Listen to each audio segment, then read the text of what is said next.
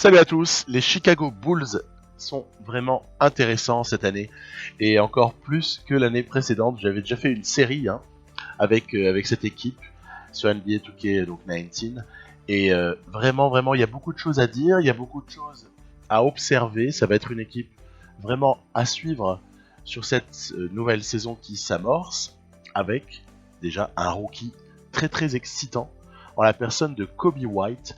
Coby White qui a été donc pris 7ème choix du premier tour 2019. Vous allez voir que c'est pas le seul 7ème choix de premier tour de draft de cette équipe. C'est amusant, il y a des coïncidences avec un joueur plutôt athlétique, plutôt intéressant et voilà, en pénétration notamment. Il est très sympa, il va vite. Il était plutôt bon vers le cercle. Il y a juste un bémol, c'est le potentiel qui a l'air limité sur NBA 2K, donc là bon, peut-être qu'on fera un petit ajustement. Au poste de meneur également, on a Chris Dunn. Chris Dunn, un de mes chouchous, je vous le dis tout de suite, vous le savez déjà probablement, mec que je regarde depuis qu'il a été drafté en 2016, 5ème choix quand même, par Minnesota à l'époque, ensuite il y avait ce trade avec Jimmy Butler, etc. Ok, donc la question pour lui, c'est plus quel est son avenir aux Bulls. Il a été longtemps question d'un transfert, d'un trade mettant en jeu Chris Dunn, qui est dans sa dernière année de contrat. C'est aussi pour ça qu'on en parle. C'est parce que qui dit dernière année de contrat dit il va falloir payer à l'été 2020 ou bien trouver une autre solution avant. On a des stats en carrière qui sont, c'est sûr, pas glorieuses pour Chris Dunn, mais je crois qu'il fait partie de ces joueurs dont l'apport dans une équipe, et notamment par exemple on pourrait citer son leadership, vont au-delà des stats pures, évidemment, à condition que le gars ne soit pas blessé, puisque c'est le hic principal en ce début de carrière, c'est le nombre de matchs joués sur 3 années. Donc ça c'est vraiment un truc à suivre. On lui a mis dans les pattes Thomas Satoransky, le Tchèque, qui a brillé au mondial avec la République tchèque, sur un joli contrat en 2+1. La dernière année, elle est en option, mais en option équipe, et non pas en option joueur, 10 millions par an. Qu'est-ce qu'on veut faire d'un joueur à 10 millions par an? Intéressant, il peut aussi jouer sur le poste 2, bien sûr, avec sa taille, et il est sensiblement doté des mêmes qualités que White et que Dunn. Donc c'est ça qui va nous amener à une première question, juste après. Pour combler la rotation, ils ont conservé les Bulls Archie Diacono, qui avait fait de bons passages au moment où Dunn était blessé, par exemple. Shaquille Harrison, qui était arrivé en cours de saison dernière, a été prolongé. Là encore, pourquoi faire ça? C'est des vraies questions. Et voilà, on arrive quand même sur ce poste de meneur aux Bulls. Sur une première question, vous avez vu les polygones, ils se ressemblent. Qui doit démarrer, qui doit finir, qui doit avoir quel temps de jeu dans cette équipe-là? Moi, j'y apporterai ma réponse, bien sûr, au moment de faire la rotation.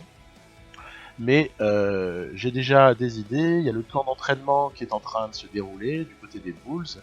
Et il y a comme ça pas mal de choses qui peuvent apparaître. On passe à Zach LaVine. Zach LaVine, le joueur qui a beaucoup montré l'année précédente, avec là encore des soucis de blessure durant sa carrière, puisque Zach LaVine avait été drafté par les Minnesota Timberwolves avant d'être transféré aux Bulls et d'y récupérer un joli contrat.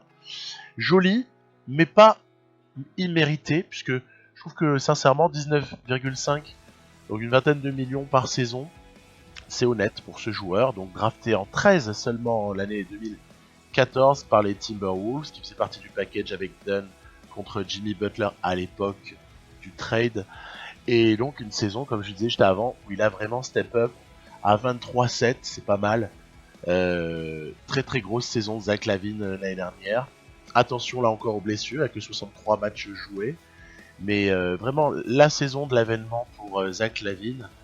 Et sur ce cas-là, quand même, attention les blessures pour Zach LaVine, c'est ça qui pourrait aussi conditionner l'avenir des Bulls en cette saison 2019-2020. On a l'acquisition en cours de saison dernière de Otto Porter. Otto Porter, poste 3, peut jouer aussi en poste 4. Il est le 3&D moderne, vraiment, avec 2m03. C'est pile le profil du 3&D, qu'on peut aussi faire jouer en poste 4 quand on a envie de jouer en small ball. Très bon shooter, très bon défenseur. Il avait été à l'époque quand même récupéré 3e choix, 2013, c'est quand même pas n'importe quoi. Lui, il a plus d'expérience dans la ligue, bien sûr, et Washington a fini par s'en débarrasser. C'est essentiellement parce qu'il est avec un assez gros contrat au final, et Washington est dans une démarche où ils n'ont pas récupéré peut-être tous les assets qu'ils auraient pu espérer en temps normal s'il n'y avait pas eu l'idée de faire de la place au niveau aussi salarial au moment de ce trade. Bon. Après viennent compléter dans la rotation Denzel Valentine ainsi que Chandler Hutchison. Hutchison c'est rookie 2018 pardon. Donc il avait été c'était un deuxième choix du premier tour, puisque en fait c'était, vous savez, à l'époque des Pelicans qui avaient récupéré Mirotic, ils avaient récupéré du coup, les Bulls avaient récupéré le tour de draft des Pels, et ça avait donné Hutchison à l'arrivée en choix 22. Hutchison, il faut qu'il ait un peu de temps dans la rotation, c'est un bon joueur. Et puis on a aussi Daniel Gafford. C'est très intéressant, Daniel Gafford, a priori, plutôt un bon, peut-être même un style de la draft 2019. C'est l'autre rookie à part White, bien sûr.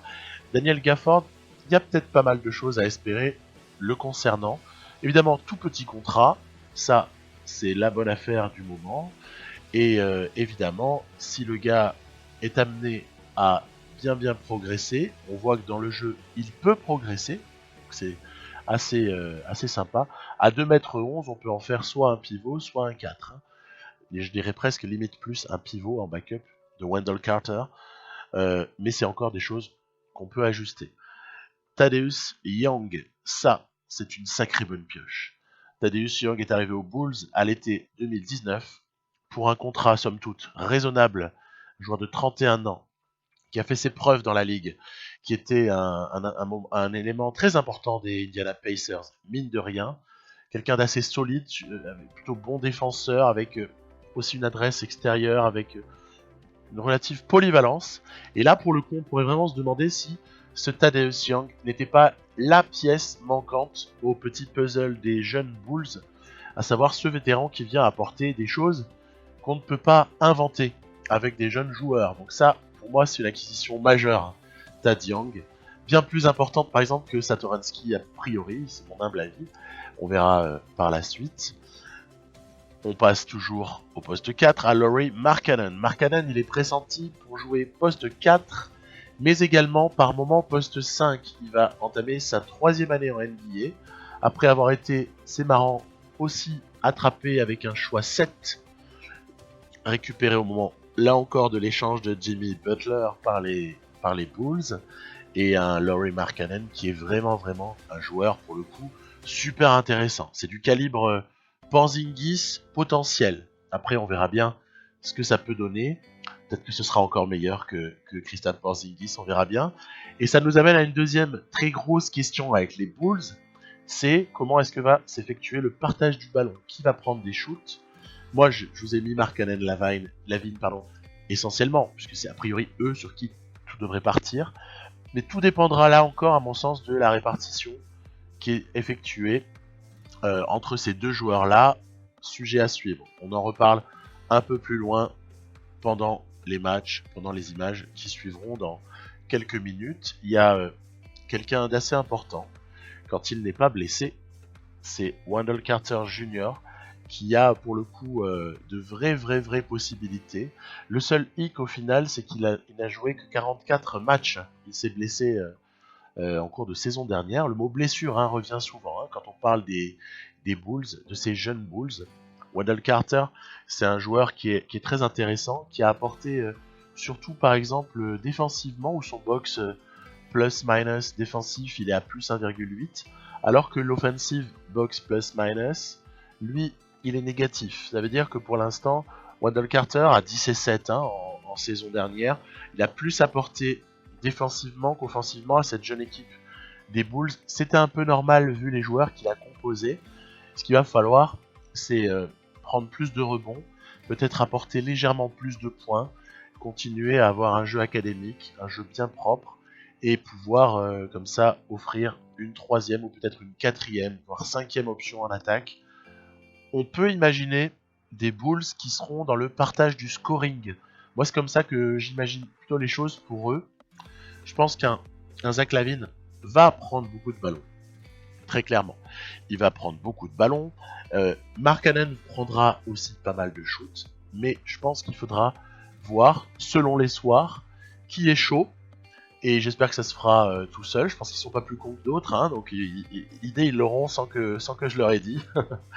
Un autoporteur chaud, ça doit pouvoir mettre 20 points ponctuellement.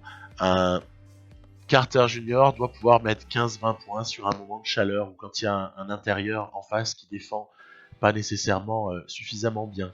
Sorti du banc, un Thaddeus Young ou un White Kobe White devront tous les deux aussi apporter quelque chose. Moi, vous voyez, j'ai fait sortir du banc Thomas Satoransky parce que je pense au final que Chris Dunn a l'air d'être le favori pour démarrer la saison.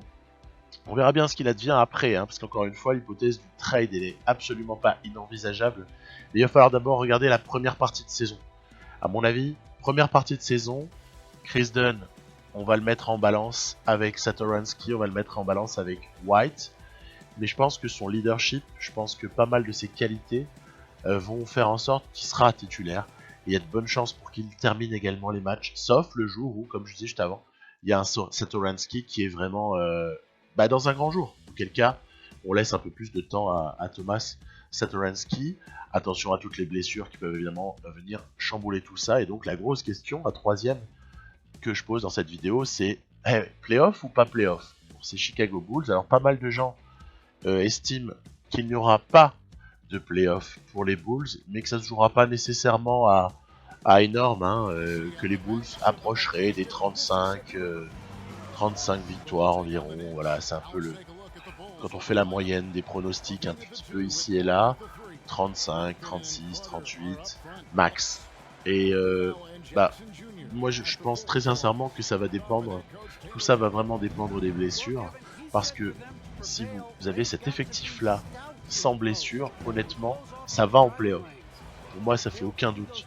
Après, fragilité des uns et des autres, on n'a pas encore eu droit à la grosse blessure en carrière, touchant du bois au moment où je parle, pour Markkanen. On n'a pas encore eu droit, donc c'est pas obligé non plus d'y avoir droit. Ce serait sympa de ne pas en avoir. Et on n'a pas encore eu vraiment droit, par contre, à du LaVine pour 80 matchs. On n'a pas eu droit à du LaVine, du Dunn pour 80 matchs non plus. On a comme ça pas mal de choses qui peuvent être super intéressantes. Un autoporteur qui avait, honnêtement, sur ce qu'il a fait sur la partie de saison où il était là, aux Bulls l'année dernière, c'est loin d'être dégueulasse. Le mec a 17 points, il apporte. Je vais me dire, ouais, il est blessé, plus de ballons pour Porter, c'est sûr. Mais autoporteur, c'est quand même, c'est pas n'importe qui. C'est un super bon joueur. Donc là encore, si le mec retrouve ce qu'il est censé savoir faire, du bon gros travail de 3&D, il apporte aussi énormément. C'est que vous avez quelqu'un, vous pouvez mettre en défense sur le gros 3 adverse, et Dieu sait si la NBA regorge de très très bons postes 3, et donc avoir comme ça le chien de garde en alternance avec un Thaddeus Young, par exemple, on peut mettre sur... on verra en fin d'épisode, j'aurai la confrontation avec Milwaukee, parce que c'est un très bon test ça. Comment est-ce qu'on peut faire pour freiner un Antetokounmpo dans la conférence Est? Ça, c'est un vrai truc à régler, quoi. Et donc c'est vrai que je pense que Porter, ça peut être beaucoup plus que des stats. De même que Thaddeus Young, qui peut aussi représenter beaucoup plus de choses que de simples lignes statistiques. Bon, on est sur un match ici contre les Memphis Grizzlies, l'équipe supra-excitante aussi, comme les Bulls, comme tout un tas d'équipes comme ça. On peut vraiment parler pendant des heures sans avoir fait le tour des questions. C'est vraiment des équipes qu'il faudra regarder, je pense, qui seront passionnantes.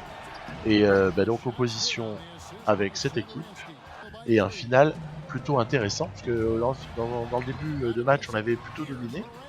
Et puis là, il y a Ja Morant, Jared Jackson Jr. qui s'excite. On a vu aussi un très bon passage de Josh Jackson. Petit mot sur Josh Jackson qui se retrouve au début de saison là, plutôt parti pour être en G-League. C'est une demi-surprise du côté des Grizzlies. C'est une demi-surprise, on peut quand même s'attendre un peu à autre chose. Mais gageons qu'avec un peu de temps et un bon comportement, Josh Jackson il est le droit à voir la lumière et après à ne plus quitter sa place dans le roster dès lors qu'il se sera un petit peu installé. En tout cas c'est une mal qu'on peut lui souhaiter. Fin de match assez tendu puisque là il faut à tout prix scorer, il faut trouver le moyen de marquer quelque chose et c'est Otto Porter qui va venir là nous claquer un dunk sur rebond offensif. Voilà, claquette dunk comme à la parade. Attention, faut défendre assez correctement. Je fais prise à 2 là, limite sur Valanciunas. On arrache une dernière possession pour peut-être éviter la prolongue. J'essaie de jouer le mismatch en fait. Voilà, j'essaie de jouer le mismatch avec Lavine. Et ça fonctionne.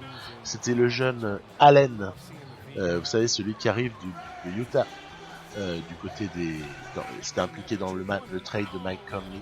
C'était lui qui était en défense sur Zach LaVine, donc j'ai aussitôt essayé de profiter de la situation. Je me suis dit, même si Grayson Allen il a une réputation de défenseur assez correcte, mais pour autant Zach LaVine offensivement c'est quand même difficile à arrêter. Et donc petite victoire pour démarrer cette vidéo entre guillemets. Voilà, donc les pourcentages sont pas hideux, les scores sont pas, le tableau de stats est pas horrible. Voilà, on a enchaîné ensuite avec un match face aux Toronto Raptors, qui sont une énigme, à l'est, les Raptors, parce que ils ont perdu un joueur juste majeur de la ligue, peut-être top 3, en tout cas top 3 des ailiers, c'est presque certain, même si encore une fois, au niveau des ailiers en NBA, c'est difficile d'établir des top 3, des top 5, que sais-je, puisque qui peut affirmer que LeBron James est moins fort que Kawhi ou que Kevin Durant dans l'absolu n'est pas le meilleur. Où est-ce qu'on place Antetokounmpo par rapport à ça? Bon, même un Paul George peut avoir le droit dans la discussion, puisque à certaines périodes de l'année, il est peut-être un des tout meilleurs ailiers. J'en passe, il y a encore des gens dont on pourrait citer le nom. Bref, ils ont perdu Kawhi, les Raptors, et c'est vrai que cette perte, elle peut nous déboussoler un petit peu, puisqu'il y a plus celui qui était là auparavant et sur lequel on avait des garanties, c'était DeMar DeRozan. Ils ont recruté le jeune Stanley Johnson qui était finalement laissé libre par New Orleans, puisqu'il avait fini à la Nouvelle-Orléans alors qu'il avait été initialement drafté par Detroit. Et là, on a du Siakam, voilà, je fais tout, je m'occupe de tout, je prends le ballon, je dribble, je drive, je dunk. Bon, d'accord. Et on a aussi Kyle Lowry qui devait peut-être apprendre, je rigole, mais qu'il avait eu un nouveau contrat, vous êtes tous au courant, je pense. Petite prolongation d'1 an pour le Kyle, du côté de Toronto. Petit salaire tranquille, 31 millions la saison.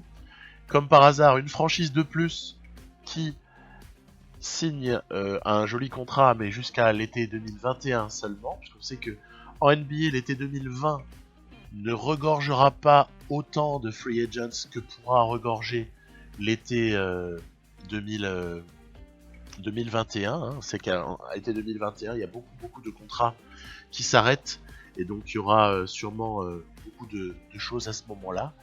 Dans l'immédiat, je tente une petite prise à 2 là. Attention.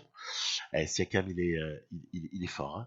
Il est fort. Et vous voyez, Siakam, sa mobilité, elle est difficile à contrecarrer par quelqu'un comme Mark Cannon.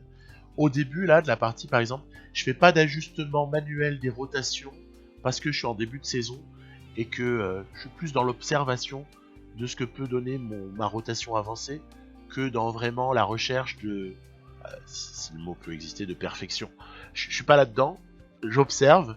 Je retiens par exemple que si on croise les Raptors à un moment clé de la saison, hein, il faudra veiller à ce que Dunn soit sur le dos de Kyle Lowry en permanence, et pas qu'il y ait des libertés trop grandes accordées par Satoransky par exemple, qui est un moins bon défenseur. Il y aura aussi un Siakam qu'il va falloir surveiller peut-être d'un petit peu plus près en lui mettant un chien de garde de type Otto Porter en Indive ou bien carrément Thad Young. En tout cas, les deux peuvent se relayer sur Siakam. À mon avis, ça peut déjà limiter la production du bonhomme. Il y a comme ça, voilà, hein, plein de choses qu'on peut envisager pour la suite, même si c'est pas encore à l'ordre du jour. On reste sur la petite rotation mise en place. Voilà, après, vous voyez, je simule des matchs pour essayer d'avancer un peu à la quinzaine environ. Quinzaine de matchs, douzaine, quinzaine, histoire de commencer à voir quelle est la tendance du jeu par rapport à la simulation des matchs avec les Bulls. Et là, on se retrouve par exemple face à quelque chose. J'aurais bien voulu jouer contre les Lakers, hein, mais toujours un peu dans l'idée d'avancer. On les rejouera, on va dire, la prochaine fois. Ce sera intéressant prendre la manette face aux Lakers, mais je me fais pas non plus des milliards d'illusions, parce que même si j'ai actualisé les blessures, comme je vous l'avais montré dans ma vidéo avec les Knicks, et donc DeMarcus Cousins n'est pas disponible, et ne jouera pas de la saison avec les Lakers, mais ça n'empêche que rien que le duo Anthony Davis et LeBron James peut poser un mal de crâne infini à cette équipe des Bulls. Donc bon, amusant de voir si on peut avoir une réponse. C'est moins prioritaire en fait, parce que c'est l'Est. Parce que nous on est à l'Est et que Lakers, bon bah à part les joueurs en finale NBA, à mon avis c'est pas pour cette saison. Faut pas rêver. À part ça, c'est plus les équipes de l'Est sur lesquelles je veux me focaliser avec ces Bulls pour évaluer la concurrence. Voilà, donc très clairement envie d'aller en playoff, hein, donc envie de gagner des matchs. C'est pas comme par exemple avec les Knicks où je suis limite heureux de perdre des matchs parce que je trouve que le jeu aurait tendance quasiment à aller surévaluer légèrement et du coup ça donne un bilan un peu trop bon et c'est pas très intéressant dans l'optique qui peut être celle des Knicks IRL, qui est plutôt le tanking dont on ne parle pas quoi, hein, donc un bilan dégueulasse sans en avoir l'air, hein, même si à mon avis à un moment donné ça va se voir. Et voilà, donc petit bilan à 6-7, c'est pas formidable, mais ça nous laisse dans les 8 à ce stade-là. À noter la mauvaise place des Bucks, je suis assez surpris. Les Bucks donc sont vraiment mal partis, alors que à l'inverse, les Hawks brillent de mille feux, avec leur équipe probablement ultra cheatée, leur équipe League Pass, avec Trae Young et les rookies, avec et évidemment Zach Collins, bref, voilà. John Collins. Donc il y a comme ça des choses à régler aussi. Voilà, bon, vous avez vu, je fais une estimation, je me dis voilà, on va observer autour du 11e, du 12e pick, parce que comme ça, si on est, c'est la mauvaise surprise de pas être en playoff, on sera quasiment ciblé au bon endroit. Hein. Et puis si on y est, c'est pas grave, il faudra s'intéresser à la draft aux joueurs qui suivent un peu la loterie, quoi, tout simplement. Après une petite séquence entraînement, je vais faire un petit focus par rapport à ça sur Larry Markkanen, pour lequel le projet c'est de, comme dirait un célèbre entraîneur de foot à un certain joueur, Robert Pires en l'occurrence, c'était Larry Markkanen, muscle ton jeu. Voilà, c'est ça mon objectif. Il faudrait que ce type-là devienne un peu plus dissuasif, qu'il devienne un peu meilleur au rebond, tout en conservant ses forces. Ses forces, c'est évidemment la capacité à pick and pop, hein, la capacité à shooter, aussi la capacité à, je dirais, à peut-être être mobile, à l'image d'un Porzingis. Hein. Pour moi, c'est deux profils qui sont quand même assez comparables, qu'on peut en tout cas mettre en parallèle. Hein. Ce qu'a été Porzingis, puisqu'on ne connaît pas le nouveau Porzingis, on le connaît pas du tout, on sait pas comment est-ce que le mec a récupéré de cette horrible blessure. Puis là, il va démarrer la saison avec les Mavs, mais moi je calerai un peu Markkanen sur ce que pourrait être Porzingis. Je pense qu'on peut espérer ce type de joueur, parce que si c'est ça, bonjour. Hein. ça va faire mal, hein.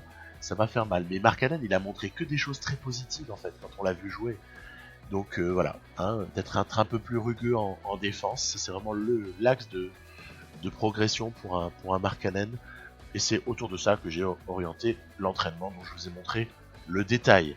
Après, c'est clair que tant qu'à faire, je profite de ce petit entraînement détaillé pour l'étendre à Gafford.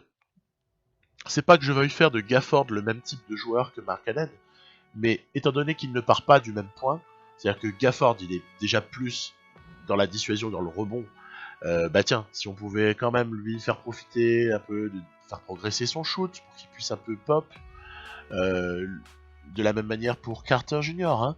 Carter Junior, si on veut qu'offensivement il apporte un peu plus, bah voilà, pour ces deux-là, je mets le même entraînement, mais en fait, en partant pas du tout du même joueur, je me dis comme ça que j'arrive à un résultat, sous peut-être 2 années et demie, j'arrive à un résultat qui fait que dans la raquette, au poste 4 et 5, bah même en incluant Thad Young, hein, dans la raquette, j'ai 2 mecs qui peuvent prendre des shoots de loin, mais qui peuvent aussi jouer près du cercle, qui peuvent aussi poser des bons écrans, qui peuvent en fait être quasi interchangeables. Et ça, c'est une arme de destruction incroyable. Si en plus les types savent défendre, bonjour les dommages, hein, bonjour les dégâts. Donc voilà, c'est un peu ça le projet, c'est de l'entraînement mais un peu au long terme, même si on connaît tous le jeu, hein, on le sait, hein. Si on a envie de jouer tous les matchs, on va avoir, je vous le dis comme ça, mais je suis sûr que je joue tous les matchs, là j'ai 50 victoires hein, en saison 1. Est-ce que c'est vraiment le but de la partie? Pas trop, je l'ai déjà fait par le passé, mais c'est amusant, parce qu'en plus, c'est une équipe qui est super drôle à jouer, en fait. Parce que, quel que soit le joueur... attention, ouais, il y a un mutant qui arrive, là.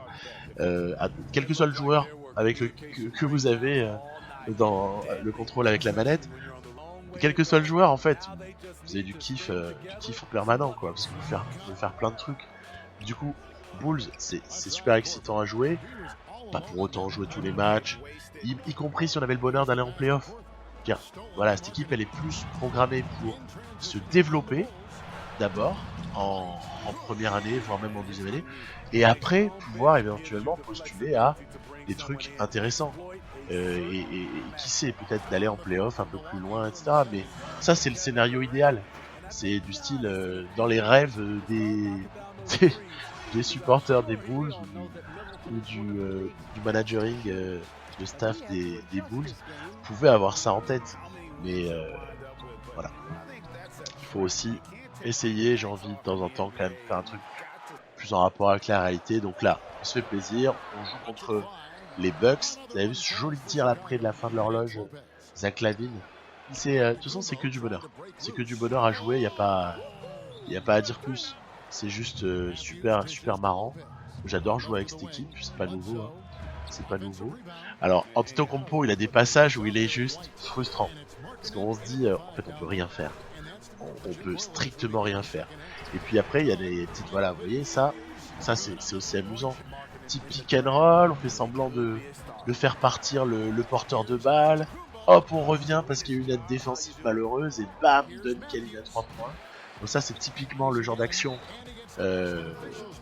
voilà, qui est amusant à développer, quoi. Et puis là, on se retrouve dans une fin de match qui est relativement serrée. Vous avez vu en pénétration, Kobe White, il fait déjà des dégâts. Il est bien. C'est super intéressant de jouer avec Kobe White. Donc en sortie de banc comme ça, il apporte un truc de fou. Contre-attaque, hein, toujours aussi très précieux. En fait, avec ces Bulls là, dès que j'ai un stop défensif, honnêtement, ça explose en contre-attaque. Il y a moyen de faire fureur. Après, il y a aussi peut-être la défense des Bucks hein, qui était pas géniale dans le repli hein, sur ce match. Après, moi je trouve ça un peu normal parce que ils ont perdu quelques joueurs au final qui étaient quand même assez précieux. Vous voyez, par exemple, je suis pas sûr que plus de temps de jeu d'un George Hill va compenser la perte d'un Malcolm Brogdon. C'est pour donner un exemple. Je suis pas totalement sûr que les minutes de Matthews soient d'aussi bonne qualité que l'était celle de Brogdon, justement. Et là, on tue le match. Hein. Là, on tue le match avec un joli système en floppy pour Chris Dunn. Parce qu'en plus derrière, voilà, petite défense, on va dire, dissuasion. En tout cas, Young a poussé un petit peu à l'erreur Antetokounmpo, repli défensif non assuré, l'histoire elle est réglée. Et donc, voilà, hein, c'était un match intéressant pour le coup parce que il permet de s'étalonner face à ce qui doit être normalement du top 4 minimum à l'Est, avec les Sixers par exemple, les Pacers, vous pouvez imaginer. Après, il faut inventer la quatrième équipe, hein, on aura peut-être tous des noms différents. Mais en tout cas, top, top 3, moi je dirais Bucks, Sixers et Pacers. En tout cas, c'est un petit peu comme ça que je sens le truc. Et du coup, les Bulls, en capacité d'arracher une 7ème, une 8ème place, à la lutte avec des équipes comme le Magic, à la lutte avec le Miami Heat, à la lutte si ça ne se passe pas aussi bien que prévu et comme Kevin Durant ne jouera pas avec les Nets, pourquoi pas, hein, on peut comme ça imaginer une lutte où il y aurait peut-être les Pistons aussi qui s'y mêleraient, après il y aura forcément des malheureux, les Raptors, voir un peu ce que ça donne.